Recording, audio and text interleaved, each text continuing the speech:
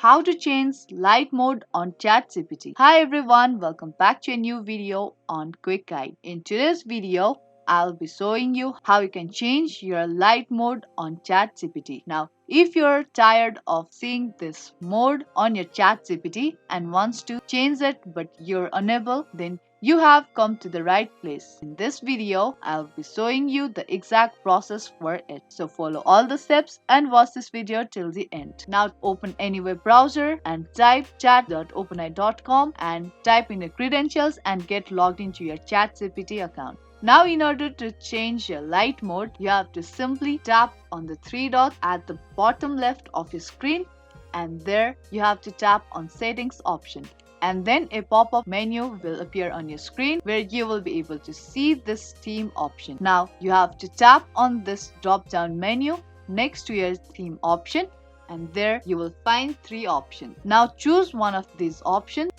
and there tap on this cross icon, and there you will be able to see the difference on ChatGPT dashboard.